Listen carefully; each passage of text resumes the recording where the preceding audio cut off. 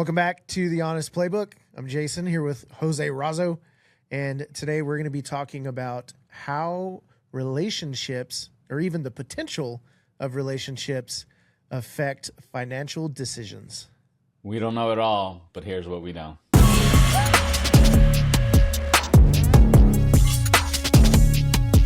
Well, here we go, Jose. At just first reaction, how relationships affect financial decisions? What does that make you think? Have you done some dumb shit with money because of women? Oh, wow. We go straight into the women conversation. I feel targeted. Okay. Well, let me go back too.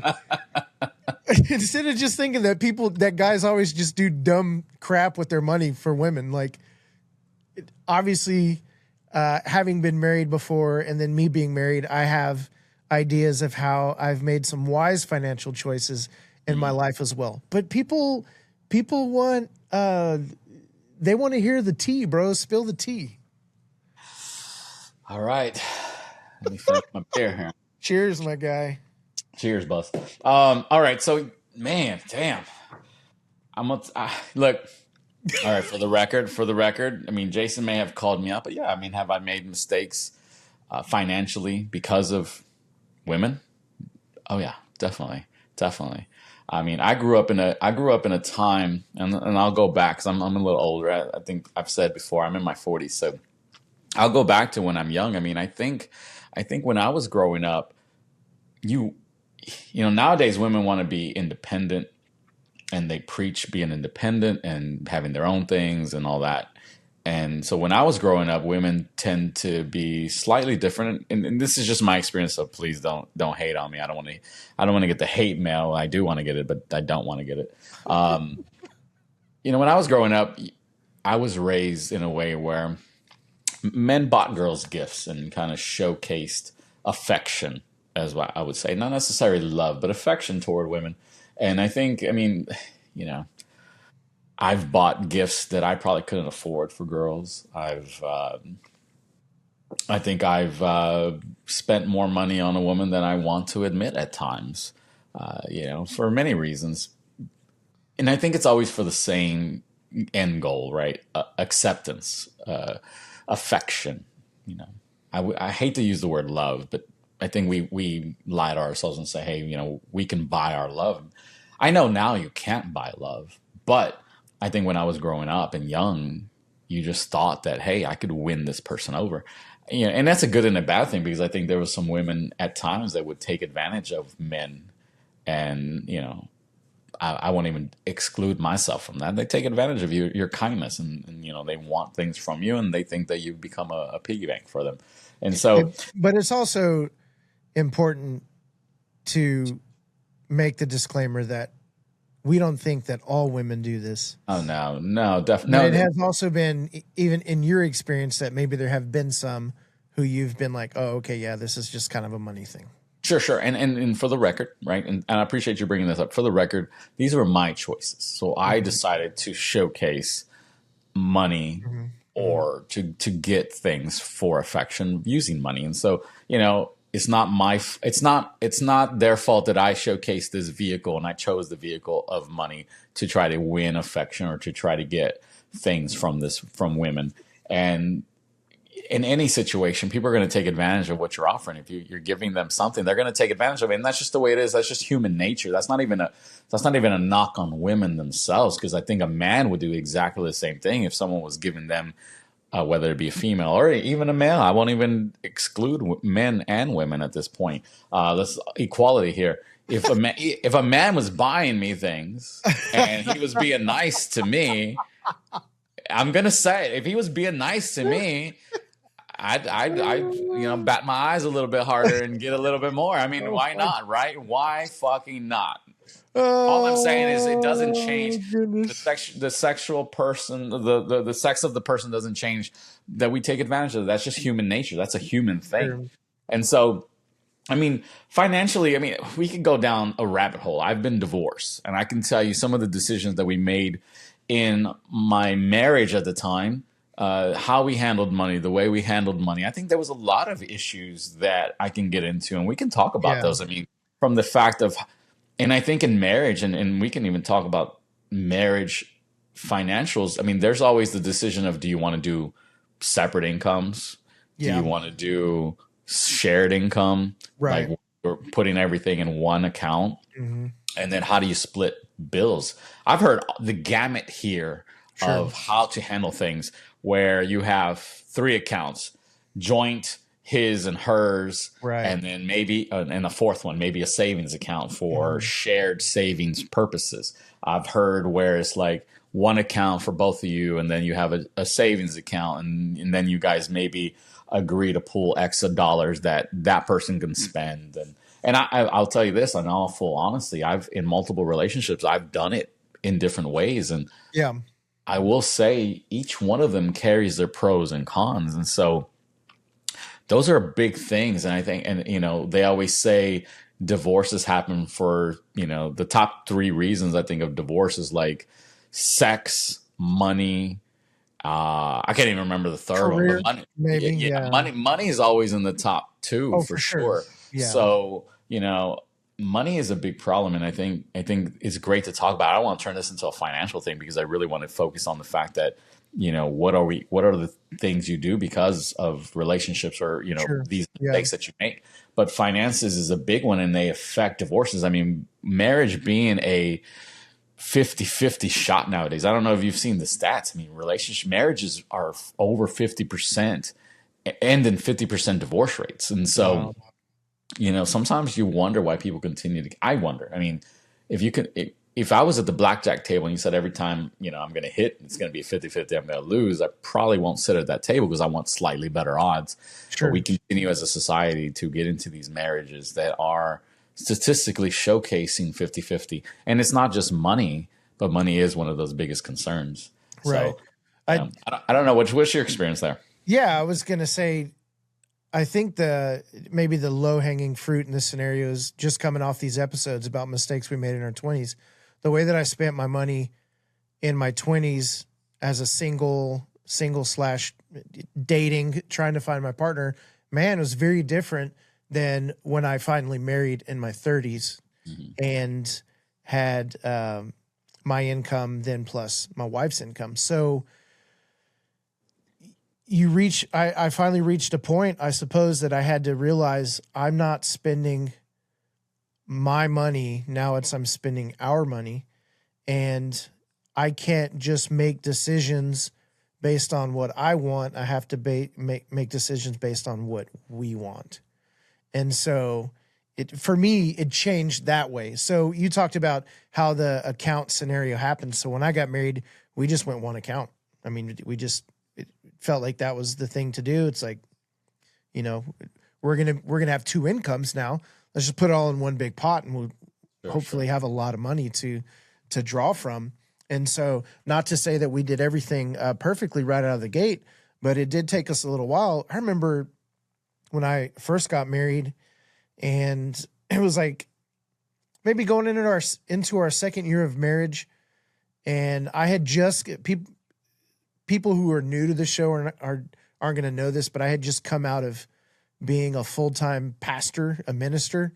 And so I had a minister's salary from a very small church, which was next to You're going to have to explain that for the audience. What is a pastor's salary? Well, it just depends on, that's a really deep rabbit hole. But for me, let me just put it this way. Okay. I received a monthly stipend from a missions organization, which was not very much money. Okay.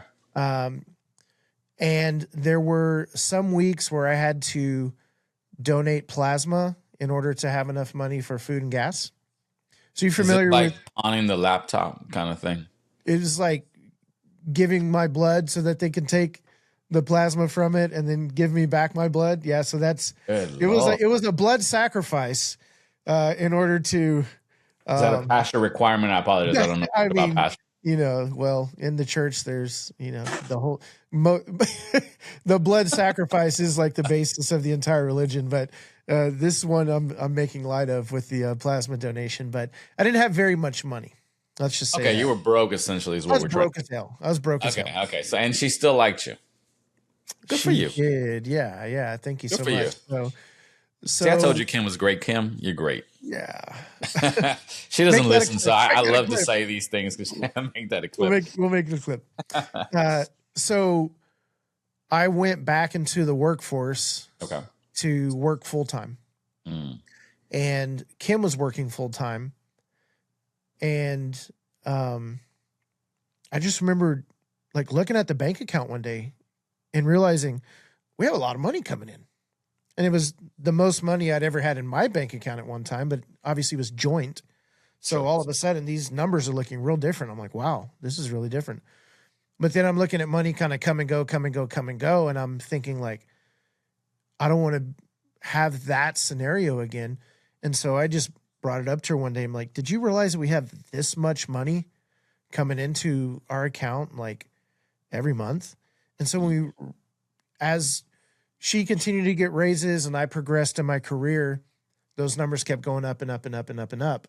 And so now being in a marriage and thinking about the life that you want to build, you start making decisions based on bringing about that reality. So together as a couple, we dream and we say, well, what if we did this? What if we did that? We can do this. We can, fix this part of the house, or you can get that car you finally wanted, or whatever it is. We can take this trip. We can go on this vacation. We can have this baby.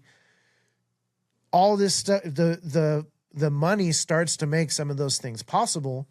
And so you start to dream and then together make decisions to bring about that reality. So that was very different for me being married in my 30s rather than being single in my 20s. That was the biggest change for the way that I viewed money, and really started seeing money as a tool to build a future and to bring about, and maybe we just use the word manifest, to manifest a preferred reality versus in the past when I just bought what I wanted and did all this shit. I didn't know what I was doing. I didn't have a plan. I couldn't see a future. I just knew that I liked this shirt. And so I spent the money on this shirt, and I just knew that I wanted this car. So I spent the money on this car, and I knew that I liked this girl. So I took this girl out to this nice restaurant and, bought these drinks and did these things. And so it was very narrow-minded and, shallow in my thinking. But I think once I got married in a serious, obviously the most serious relationship you can be in is in a marriage. And so my thinking really, it took a hard turn, and I had to learn again, not to just make decisions for myself, but to make decisions with my spouse. Sure. And I get it. And I think, there's some, and I've been in the spectrum of different things when it comes to making decisions financially from a relationship standpoint or for another person. I'll go further back and then kind of move forward, or Sure. I'll try to keep this high level and not get too much into the weeds. But, in your case, you went through the same things, and I went through the same thing where you're dual income and you're coming up, and as that increases, I think one of the problems, that you tend to run into though at times is when the increases become very disproportionate to each other, right? Where I think it's a much simpler process to be able to agree on financials and make decisions together as a unit when the income disparity is fairly close. But Okay. I think as you grow and one partner tends to make more money than the other, I think those are when some of the problems start to really occur, because then it's unfair, or people tend to have this thing that might be slightly unfair. Because there was times and I'm trying to keep this very high level because I don't want to nitpick and then people be all up in my business. But I think there's been times where, if you can't spend some money and you're being told you can't spend the money, but damn well you're bringing in a majority of the income, I think that can lead to some negativity. I think that leads to people feeling a certain type of way. And I think those are some of the mistakes we tend to make because we don't have, and I'm trying to get to a point here. I think what you need to understand is I've made the mistakes of where I feel negativity because I'm not allowed because you have to do this together. I'm not allowed to do certain things when you're like, I know damn well that that income is mine, but Yeah, it is not mine because we've agreed to put it into a shared account. So sure. it's ours, right? Yeah, And when you have to ask for permission to spend $50, you might feel a certain type of way, sure. right? Yeah, Or, I mean, in my situation, like I said, I won't nitpick, but if I can spend $500 with your blessing, but can't spend $50 without your blessing, there's probably some miscommunication or some communication that should be had in those types of situations, right? And so I think there's a lot of good and bad that comes from that. And so trust me, I mean, have I made mistakes with trying to intermingle relationships and finances together? Yeah, I have. I mean, business perspectives. You get into business with someone,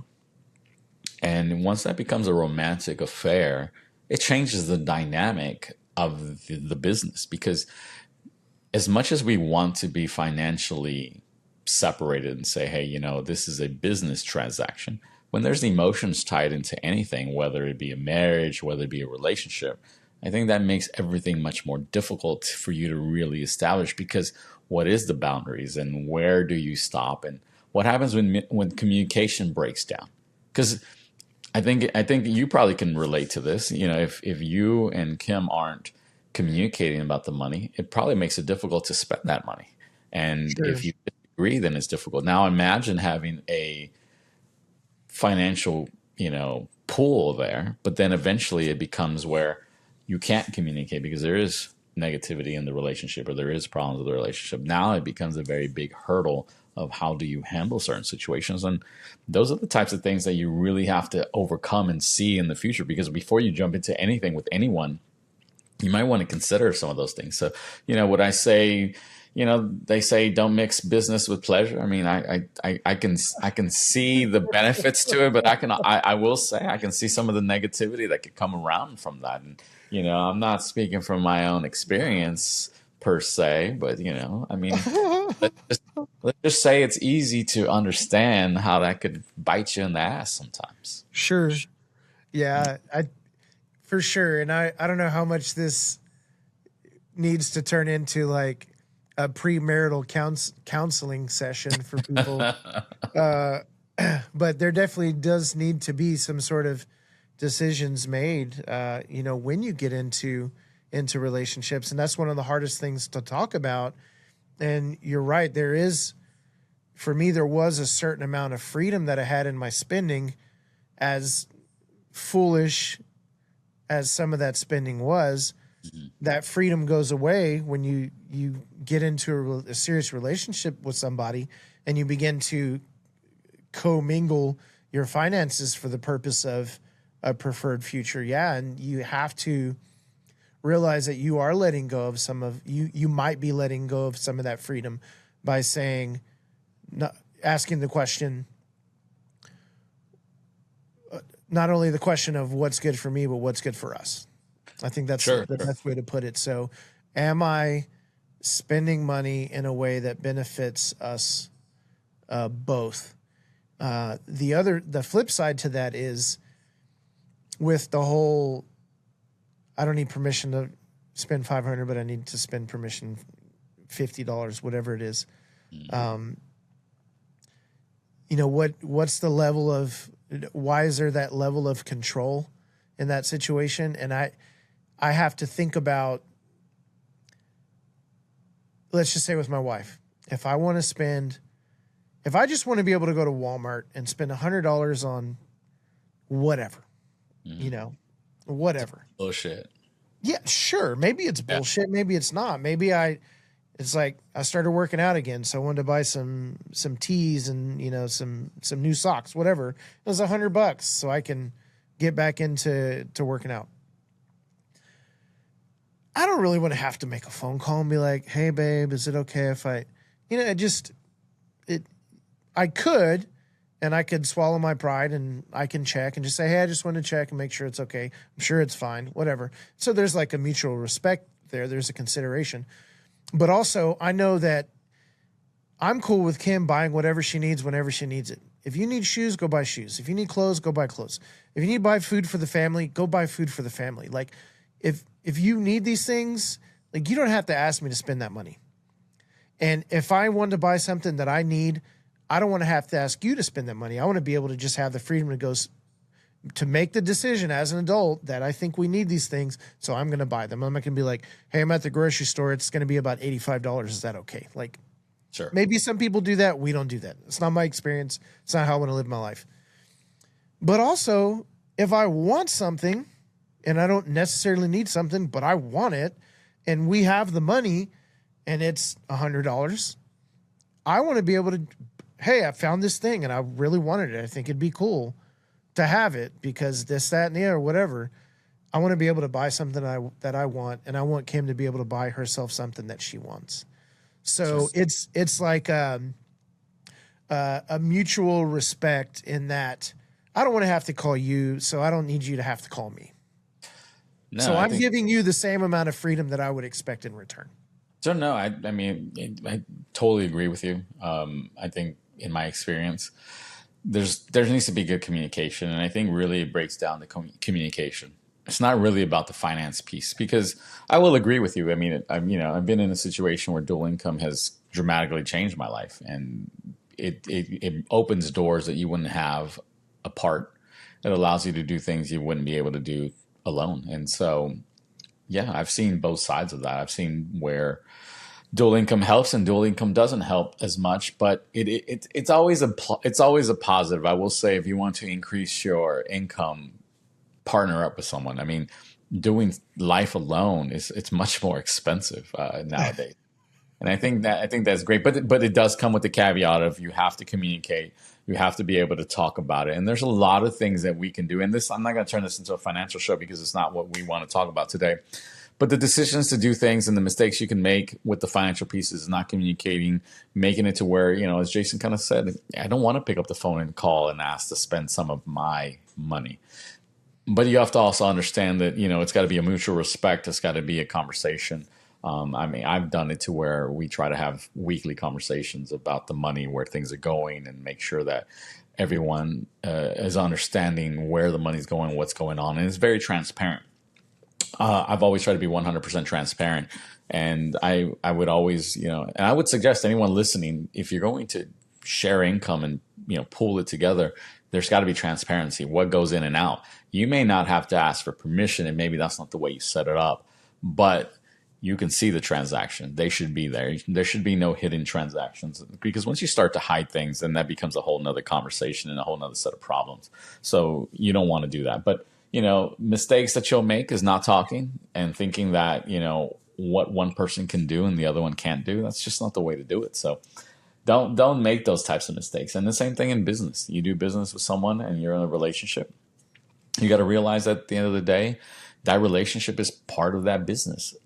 Whether you like it or not, there's going to be some emotional connections that are going to be tied to that. And if that business fails because that relationship fails, don't be surprised. It's hard to be a successful business without, going in there and maintaining some type of relationship. Now, if you can amicably stay, in a good point where you can still have conversations and do certain things, then that's great. If one person cannot handle that type of situation, it's just not going to function. And so, as long as those things are in line, then I think you can handle that. But those are the things that people have to really consider.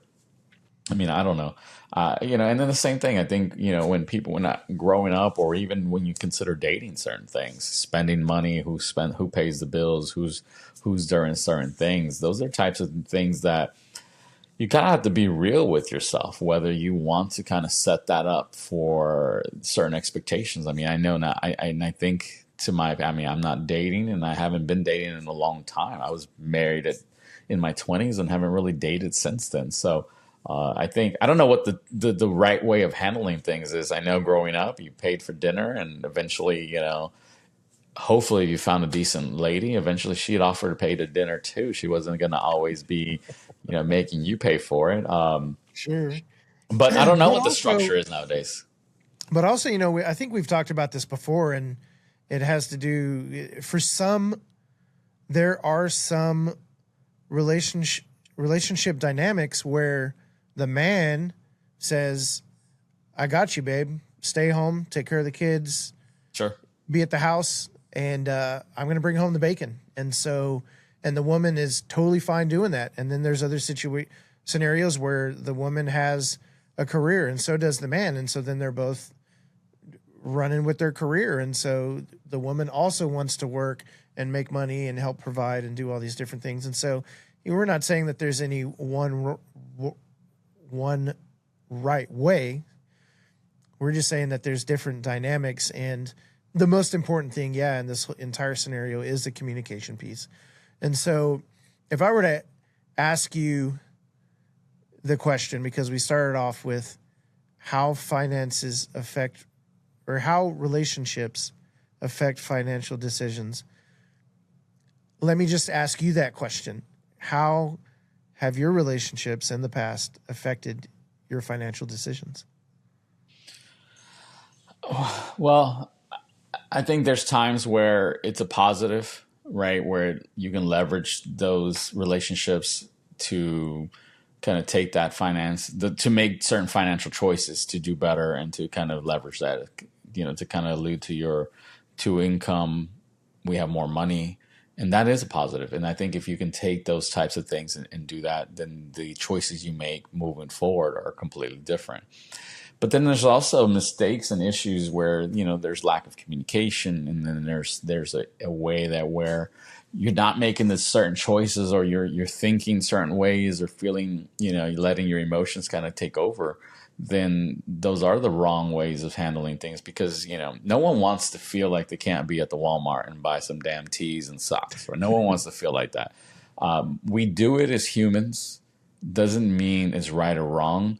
I've been in relationships where my person that I was with would be like, I didn't buy this. And I would sit there and be like, why not?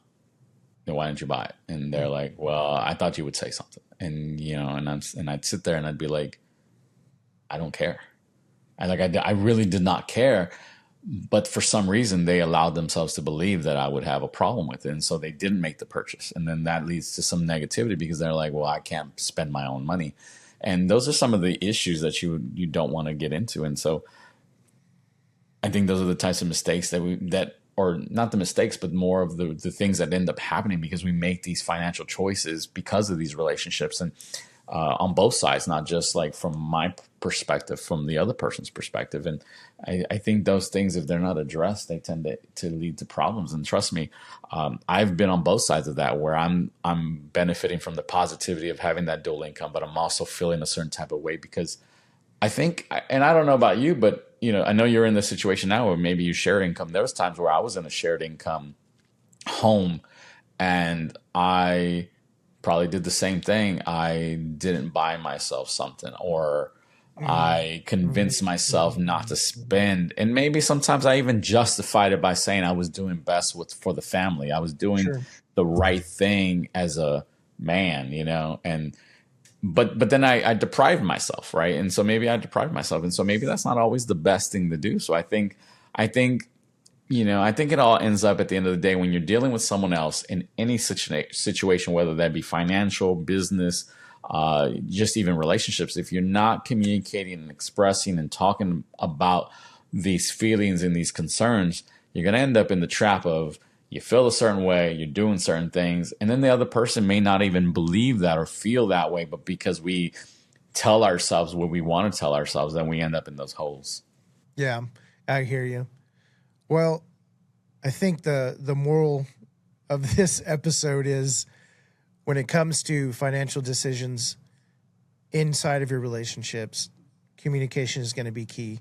And it seems like an obvious, but I think in relationships, you kind of have to beat a dead horse and kind of say the obvious things over and over and over again, because even in my relationship, at one point, I wouldn't communicate in certain things because I didn't believe that communication was going to change anything. And when I finally communicated, Kim says, I've only ever wanted you to communicate with me. Like, so the thing that I avoided that I didn't believe would actually make a difference was the thing she was waiting for that would actually make a difference. And so it's just one of those things. I don't really have any closing thoughts as far as this episode is concerned. I think it's one of those episodes where it's like the end of a movie where you just leave it open. You're like, you got to just go think about this. Like, you've got your life, you've got your situation, you've got the way that you've spent money for yourself. Maybe you're now in a relationship, or you're thinking about getting into a relationship and you haven't thought about how that dynamic is going to change. You just maybe put a little bit of brain power to it and think about, what's that going to be like? What kind of person am I going to be? What kind of guy am I going to be when it comes to, you know, my wife wanting to buy something for herself or buy something for me or for the kids or upgrade the house or get the new car or buy the clothes, whatever it is. Like, how are you going to be? How are you going to respond to that? It's something to think about. No, definitely. I'll leave some parting thoughts now that you kind of touched it. I would say do what works for you guys. If you're with someone, whether that be a serious relationship or even when you're starting to date and so forth, do what works for you. Don't follow anyone's playbook. Use it as an outline. Don't use it as the hard-coded, I have to do it this way. There's not the right number of accounts. There's not the right number of budget. There's not the right way of doing it. Do what works for you, what makes you feel comfortable, and what gives each partner peace of mind. If you sit around and you have to debate and are concerned, or if you get any type of anxiety or hesitation to do something with money, that's the conversation you need to stop and have. And I think as long as you can do that, you can tailor it to your way. There's no right or wrong way to handle money, but don't allow money to dictate your relationship, just like you shouldn't allow your relationship to dictate your money. Look at us. We're turning into marriage counselors and dating advisors. Don't listen to me on marriage advice. I'm divorced. But we've already established that wasn't your fault, Jose. For the record, nothing is my fault. I'm going to get I love how you have to get into the mic to say that. Nothing. It just makes it more serious. Nothing is my fault. For added effect. That's it. Make a clip of this. Nothing is my fault. Nothing bad. That's hilarious. Awesome. Well, thank you guys so much for listening to this episode of The Honest Playbook. And follow us on Instagram, TikTok, YouTube, Spotify, all the places you can listen, you can watch. We're on video and audio. Leave us a comment, message, review, all that crazy stuff. Tell us how we're wrong. I mean, you can do that too. Tell us how we're right. Tell us what you like. Tell us what you hate. Subscribe and then unsubscribe so we can see the number go up and then go down because you don't like us. You can do whatever you want. We're going to be just fine. Appreciate you guys. Thank you.